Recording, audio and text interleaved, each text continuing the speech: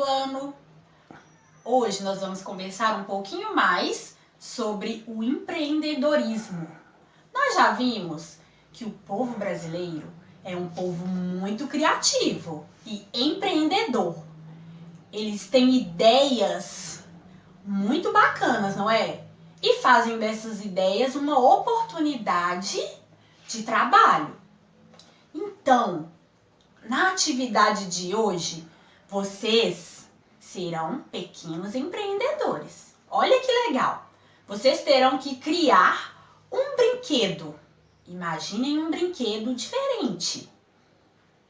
Não um brinquedo já pronto, que já tem nas lojas, que já foi fabricado.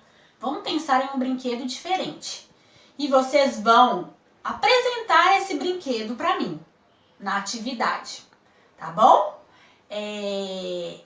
Pense em um produto inovador e vocês escrevam lá na atividade quais as diferenças desses brinquedos para um brinquedo que já é vendido atualmente nas lojas.